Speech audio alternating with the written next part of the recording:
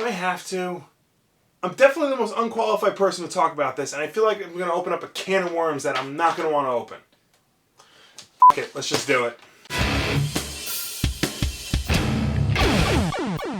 Before we get started, I've been advised by my legal counsel that I should state the following. The views discussed in this episode do not necessarily reflect the views of the Wolf Den. All thoughts and opinions presented here are the province of William P. Wolf. That's me. And with that out of the way, welcome to part 2 of Sexism Week here on the Wolf Den. That's a terrible title. Earlier this week, Bob discussed sexism in video games, and today I'm going to discuss sexism in comic books. And unfortunately, that means I get the more difficult medium to talk about. Because while there are lots of positive examples of female characters in comics, comics may just be the most sexist medium on the planet. Now, before you go running to the comments to yell and scream at me and call me bad names, let me explain, because there's a lot to explain. I think it's pretty safe to say that from the get-go, comics were designed to be appealing to male readers, specifically young boys. They feature predominantly male characters in genres that are considered more male-focused, like action-adventure, sci-fi, detective stories, so forth and so on. Now, there were female characters like Wonder Woman, but they were few and far between. Mostly they were secondary characters like Catwoman and Lois Lane, who served second fiddle to their male counterparts. Now, of course, after the golden age of comics, more female characters were eventually introduced. But I have a theory that this was done in response to the Comics Code Authority being created in 1954. Because there was this fear at the time that comic books were turning young boys into homosexual criminals, they introduced a lot more female characters to show that the characters aren't gay and they're not promoting a gay agenda. I'm not kidding, that really happened. Google that. Regardless of the reasoning, the point is more female characters were eventually introduced into comics.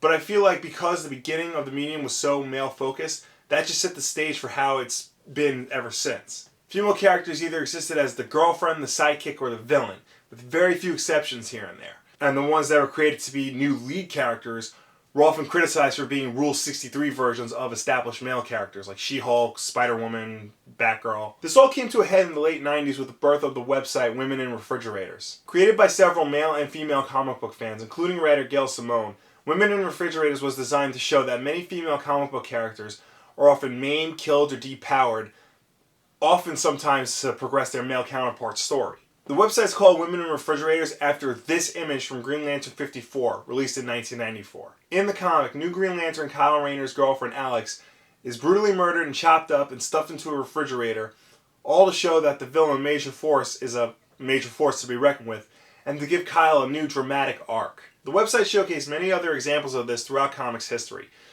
and unfortunately, the trend continued even after the website's creation, including such moments like Wasp being abused by her husband and eventually eaten by the Blob in the Ultimate series, Stephanie Brown's rather oddly sexualized death in Batman War Games, and perhaps most noticeably, Sue Dibney's rape and murder in Identity Crisis. Now, I'm not saying all the writers and artists behind these stories are all sexist and trying to demean women, but this has been something that's been going on for a really long time in comics, really all the way back to the death of Gwen Stacy.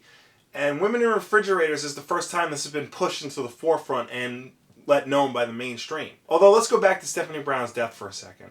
Like I said, the art was done in a way that many people felt was sexualizing her death. And this is indicative of another problem with the way women are portrayed in comics, especially since the 90s, where women tend to be more drawn like this. They're all designed to be maximum eye candy for the male reader. Their boobs and their butts are out prominently, they have the pouty lips, they're giving you the doomy eyes, so forth and so on. Again, I don't think these artists are trying to put down women. But I do feel like, whether it's consciously or subconsciously, they've almost been trained to design women in comics like this. And we, as readers, have been trained, either consciously or subconsciously, to just accept it. And while things are certainly getting better, it's by no means perfect.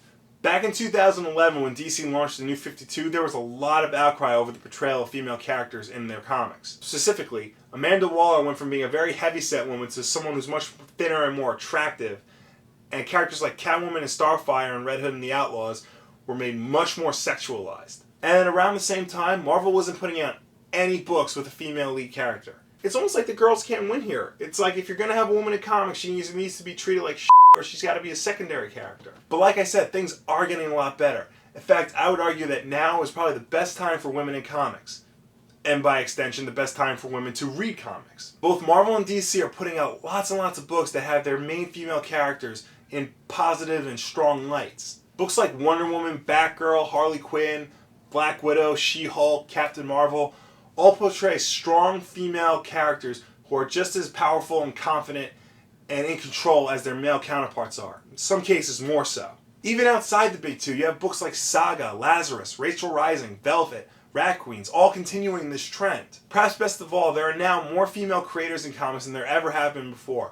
People like Gail Simone, G. Willow Wilson, Becky Cloonan, Amanda Connor, Kelly Sue DeConnick, on and on and on. More female creators and more positive female characters just means more variety and diversity in the industry, and that's the best thing for comics right now. We may have to deal with the occasional sexy artwork every now and then, but baby steps here, people. Now we just have to figure out what to do about the way women are treated at cons and on the internet.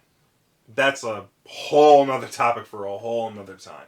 I just wanted to focus on the way women were portrayed in the medium itself. It was a very shady past, but it's a very, very bright future. And it's a great present. Just because they shove all their male-focused stuff to the front doesn't mean there isn't great women-focused or just great women characters in there.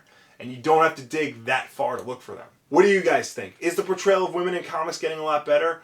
Or am I talking out of my ass? Or do you think there was ever a problem to begin with? Let me know in the comments below or on Facebook and Twitter. If you're going to let me know, try and be nice. This could get very heated very fast, and I'd like to be civil about it. As always, like if you like, subscribe if you really like, share this video with your friends. Thank you very much for watching. Stay tuned for Friday and the conclusion of Sexism Week here on the Wolf Den. That is seriously the worst name for any week ever. So if you've been to your local comic book shop recently, you may have noticed this. DC's Graphic Novel Essentials and Chronology Volume 2. It's just basically a list of all the top DC graphic novels they think you should be reading. Fallout. I hated Fallout. I got really far in it. I was like right at the end, and I just stopped because I was bored. Yeah. That Borderlands is what I thought Fallout was going to be.